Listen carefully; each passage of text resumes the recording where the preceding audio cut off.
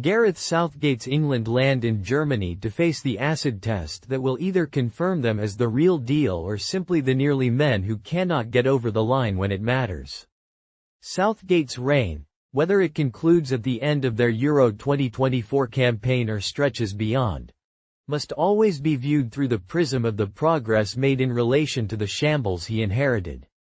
Now 53, Southgate was handed the role permanently in November 2016 after the Football Association's 67-day and one-match dalliance with Sam Allardyce. Allardyce had succeeded Roy Hodgson, who resigned following England's dismal last 16 exit to Iceland at the Euros in France. Since then, Southgate has taken England to the 2018 World Cup semi-finals, the Euro 2020 final and the 2022 World Cup quarter-finals in Qatar. Friday's embarrassing Wembley defeat to Iceland, their famous conquerors at Euro 2016 who are now ranked only 72nd in the world, was hardly the fanfare farewell England wanted as they head off to Germany. It left Southgate with plenty to ponder before Sunday's tournament opener against Serbia in Gelsenkirchen, but should also be viewed in the wider context of it being a friendly before the serious business starts. There is much to be optimistic about as England touch down and head to their base in Blankenheim. Southgate has also brought about a sense of well-being inside England's squad, where players now enjoy representing their country without feeling dragged down by the weight of the shirt and expectation, as well as having generated a sense of goodwill towards the team and himself once more from outside. Indeed, Southgate's reign has provided enough storylines for a West End theatre production titled Dear England. The problem being there is no happy ending to this story either on stage or on the pitch. Dear England is, however, making a comeback next spring with a few blank spaces at the end of the current script waiting for Southgate and his squad to change the narrative to a winning one at Euro 2024. That is why this tournament carries an element of now or never, after the World Cup losses to Croatia in 2018 then France 4 years later, along with the great missed opportunity of losing to Italy on penalties at Wembley in the Euro 2020 final in what was pretty much a home tournament for England in all but name. There are enough subplots accompanying England's campaign to ensure there will be plenty of conversations around whether this will be Southgate's last stand. England arrive in Germany blessed with world-class talent and some stellar performers who would be the envy of every other country at the Euros. From captain Harry Kane to the new golden boy Jude Bellingham, now a Champions League winner with Real Madrid, along with Manchester City's Phil Foden.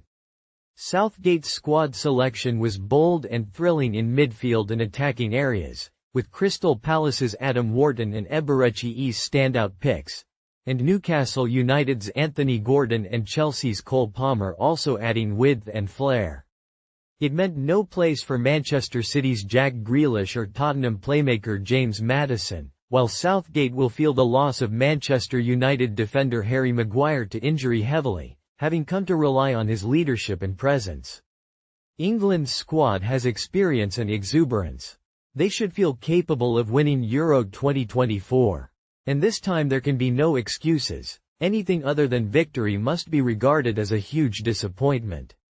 To call it a failure would be too strong if, as slated, they play France in the semi-final and run into Kylian Mbappé and company at their best. But major disappointment? Absolutely. The stakes are also high for Southgate, such a measured and mature figure who has brought authority and common sense to a notoriously difficult job after a period when matters went haywire in the Hodgson years and that uncomfortable flirtation with Allardyce. What the manager and England must do out here now is prove they're winners.